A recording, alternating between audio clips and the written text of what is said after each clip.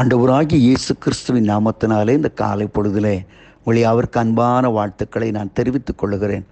மற்றொரு காலை பொழுதை ஆண்டவர் கொடுத்தபடினால் அவருக்கு ஸ்தோத்திரம். இந்த நாளில் நான் உங்களோடு பகிர்ந்து கொள்ள விரும்புகிற ஆண்டவருடைய வார்த்தை சங்கீதம் 94:14. சங்கீதம் 94:14 உங்களுக்கு முன்பதாக நான் வைக்கிறேன். என் அன்புக்குரிய சகோதர சகோதரிகளே, வேத வார்த்தை இவ்வண்ணமாய் சொல்கிறது, கர்த்தர் தம்முடைய ஜனத்தை நெகிழ விடாமலும் தம்முடைய சுதந்திரத்தை கைவிடாமலும் இருப்பார்.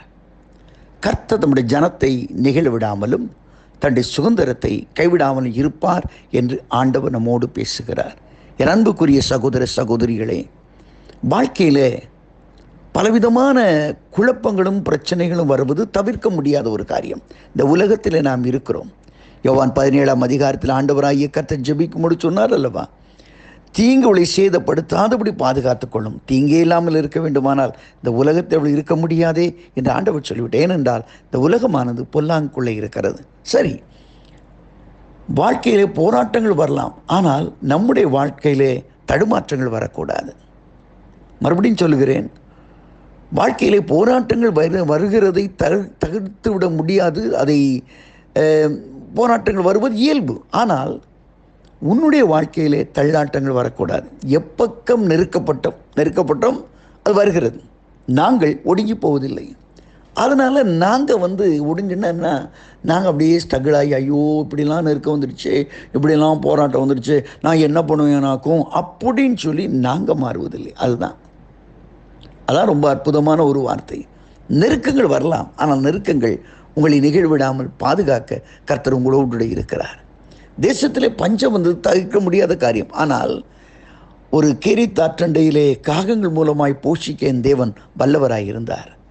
இன்றைக்கு உன்னுடைய வாழ்க்கையிலே நெகிழ்ந்து விடுவனோ என்று கலங்குகிறாயோ? ஆண்டவர் சொல்லுகிறார், அப்பா, போத்திரம் வந்தது உண்மைதான், துன்பங்கள் வந்தது உண்மைதான், பிரச்சனைகள் வந்தது உண்மைதான். ஆனால் நான் உன்னோடு இருக்கிறபடினால் உன்னை அதை சேதப்படுத்தாது. உன்னை நிகழ விடாமல் நான் பாதுகாப்பேன். உனக்கு சேதாரம் வராதபடி நான் உன்னை பாதுகாப்பேன் என்று ஆண்டவர் உறுதி அளிக்கிறார். இன்றைக்கு காலைவேளையில் ஒருவேளை எழும்பும் பொழுது எனக்கு ஒரு சேதாரம் உண்டாக போகிறது, எனக்கு ஒரு வேதனை உண்டாக போகிறது என்ற எண்ணத்தோடு எழும்பி இருக்கிறாயா? நான் சொல்லுகிறேன், கர்த்தர் சொல்லுகிறார், வரலாம். உன் பக்கத்தில் 1000 பேரும் உன் வலதுபுறத்தில் 10,000 பேரும் ஒருவேளை வீழ்ந்து போகலாம். உன் கண்களால் மாத்திரம் நீ காண்பாய். ஒருவேளை உனக்கு இருக்கிற வியாதி, உனக்கு இருக்கிற சோர்வுகள் இது அழித்து விடுவதை போல ஒருவேளை எழும்பி இருக்கலாம். ஆனால் ஆண்டவர் சொல்ல, இது உன்னை பார்க்க தான் சொன்னேனே தவிர அதான் நீன்னு சொல்லி நான் சொல்லவே இல்லைன்னு சொல்கிறாரு. இன்னைக்கு ஆண்டவர் உன்னை பாதுகாக்க, பலப்படுத்த அவர் போதுமானவராக இருக்கிறார். எல்லாரும் சொல்கிறது, அவர் தம்முடைய சுதந்திரத்தை கைவிடாமல் இருப்பார். நீ யார்?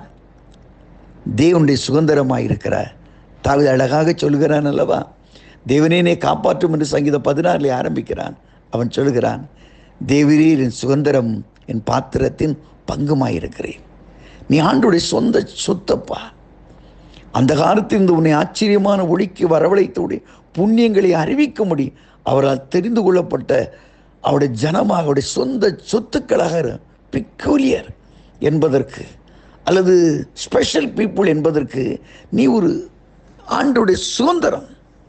இதைத்தான் அப்போஸ்தலனாகிய பவுல் ரோமாபுரிக்கு எழுதும்போது ரோமர் 8ஆம் அதிகாரம் 14-17 சொல்கிறான், நீ அவருடைய சுதந்திரம், உடன் சுதந்திரர். உன்னை கைவிட மாட்டார். அப்படி கைவிட்டால் அவர் கைவிடுவது போல ஆகிவிடும். மலைகள் விலகினாலும் பர்வதங்கள் நிலை பெற்றாலும் மாறாத தேவ கிருபை இன்றைக்கு சொல்கிறது, நீ கைவிடப்படுவதில்லை. சங்கீதக்காரன் சொல்கிறான், நான் இளைஞனாக இருந்தேன், முதிர் வயது உள்ளவனானேன், நீதிமான் கைவிடப்படுவதையும் அவனுடைய பிள்ளைகள் அப்பத்துக்காக இறந்து திரிவதையும் நான் பார்த்ததில்லை. ஆண்டவரை ஒருபோதும் கைவிட மாட்டார். ஆண்டவர் என்றென்றைக்கு உன்னை கைவிட மாட்டார். இன்றைக்கு அந்த நம்பிக்கையோடு இந்த நாளுக்குள்ளே பிரவேசிப்போமா? என்னை நிகழ விடாமலும் கைவிடாமலும் காக்கிறவர் என்னோடு உண்டு, காக்கும் வல்ல மீட்பர் உண்டனக்கு என்று சொல்லி ஆண்டவரை துதித்து கடந்து போ. இந்த நாள் ஆசீர்வாதமாய் அமையும். ஆமேன், ஆமேன்.